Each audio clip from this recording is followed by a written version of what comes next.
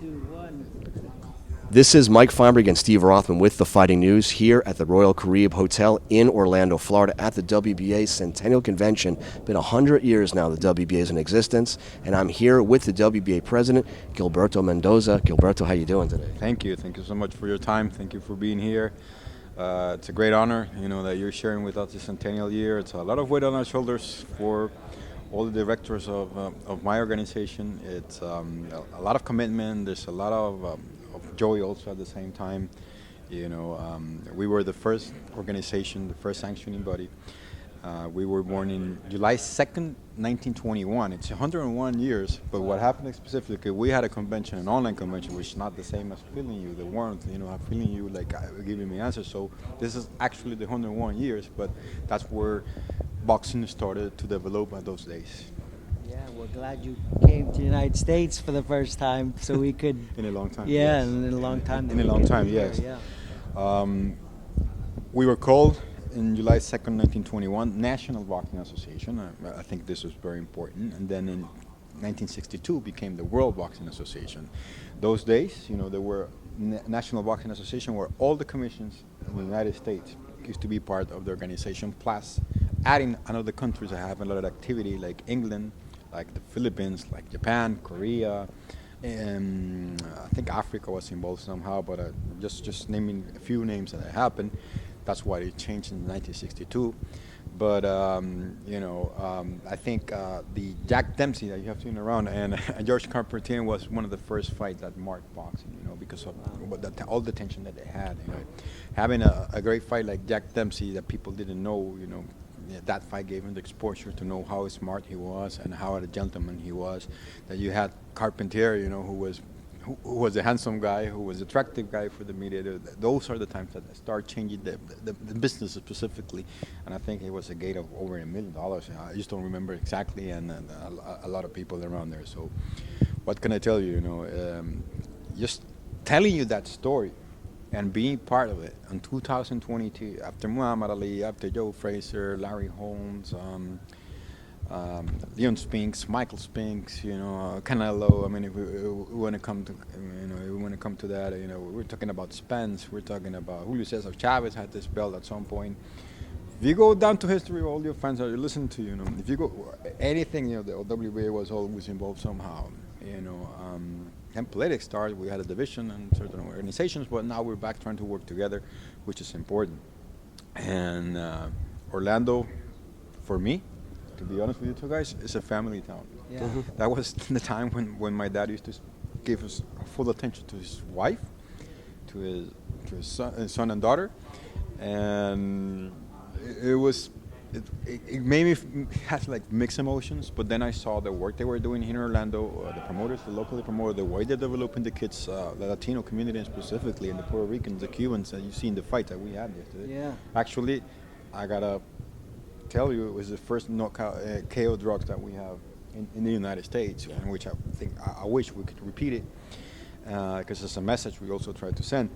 And so all this mix up, with the convention here, with time my family, and it just basically tells me that the way we run the organization, we like fairness, we like to be transparent, we like to be honest, we like to respect the rights of the women and the rights of the boxers.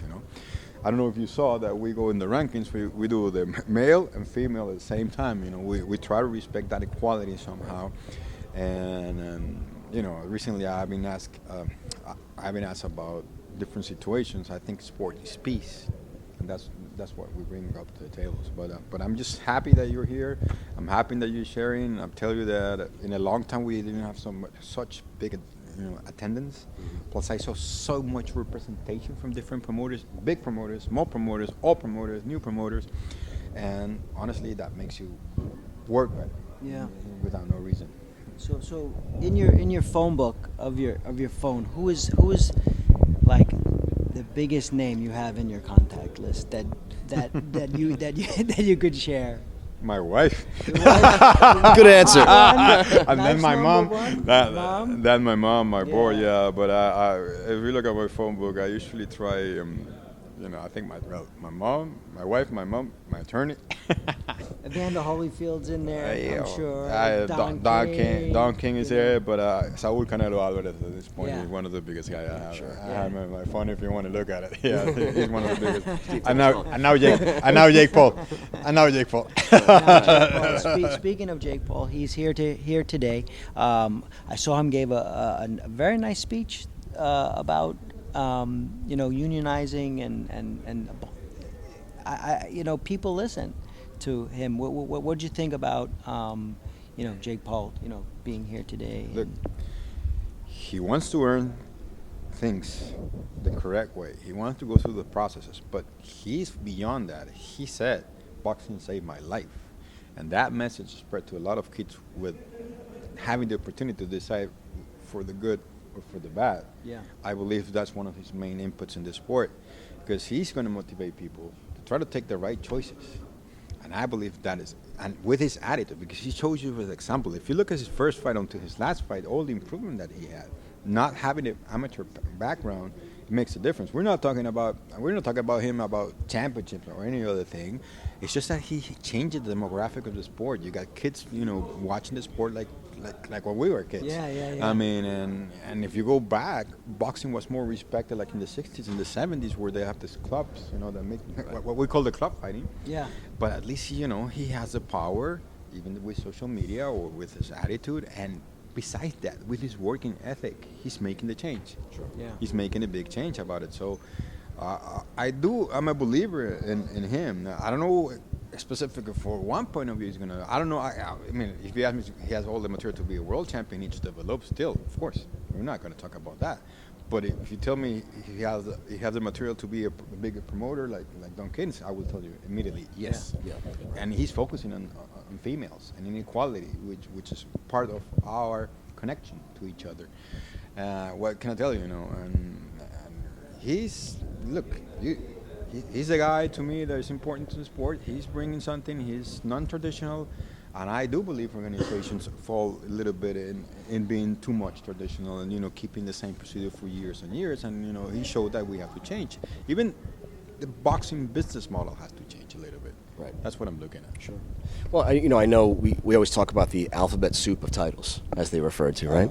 And we know that WBA has probably got a lot more letters in that bowl of soup than probably some other ones do. But I know that you've made a point of actually trying to reduce that. Yeah. Okay, so I haven't heard too much more about the fact of that, other than it's trying to happen where you got somebody like the WBC on the other side who's adding like a bridgerweight division. It's like we don't need any more. But so how's the progress going now of the reduction of the belts, and how are you planning on making that unification? We're working hard. We're scheduling a couple of purse bids. Four purse bids today that might reduce the titles even more. So we're working hard on it. That was my commitment for the fans and for the media, and I did it. I said, okay, we want to have one champion. Let's see what happens after we have one champion. I know they're called the fighters the other organizations are adding titles, but I don't care. I have my own agenda. I promised something. And to me, the word is honor. And if you don't have that, you can't be part of an organization. So I will give you a little bit of tip. I think we're going to have 2 champions less before we go to this convention. I think one today is going to be out. There's another division, so we're going to be 6. I think today we're going to have 6 divisions to go out of the 17. So that's a lot of improvements. So over 50%.